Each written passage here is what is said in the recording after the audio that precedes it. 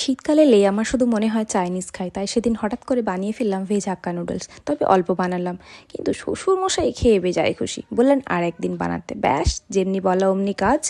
তাই একদিন আরেকটা পাত্রে আমি ভেজ হাক্কা নুডলস নিয়ে তাতে জল দিয়ে অল্প পরিমাণ নুন, তেল আর ভিনিগার নিয়ে এটাকে সেদ্ধ করে নিলাম। আর এরপর আমি এদিকে একটা মিশ্রণ বানিয়ে নিলাম। একটা বাটিতে করে নিয়ে নিলাম red chilli sauce, green chilli sauce, soya sauce, pizza pasta sauce, tomato ketchup, এক কাপ জল দিয়ে বানিয়ে নিলাম মিশ্রণটি। কিছু ভেজিটেবলস কেটে নিয়ে নিলাম, আমার সেদিন ভেজ ছিল, তোমরা চাইলে এর সাথে পেঁয়াজ, ডিম অ্যাড করতে পারো।